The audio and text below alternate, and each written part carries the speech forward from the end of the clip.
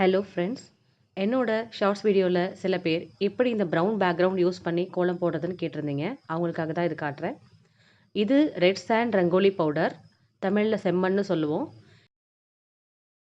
அது வேறு ஒன்றும் இல்லைங்க. இந்த மாதிரி நேச்சுரல் பேக்ரவுண்டில் கோலம் போட்டால் கொஞ்சம் கோலம் பிரைட்டாக தெரியுது. அதுக்காக தான் நான் இந்த மாதிரி போட்டுட்ருக்கேன். என்னோட சேனலில் இந்த மாதிரி நிறைய குட்டி குட்டி கோலங்கள் இருக்குது. பிகினர்ஸ் கூட ரொம்ப ஈஸியாக போட்டுடலாம். டைம் இருந்தால் செக் பண்ணி பாருங்கள்.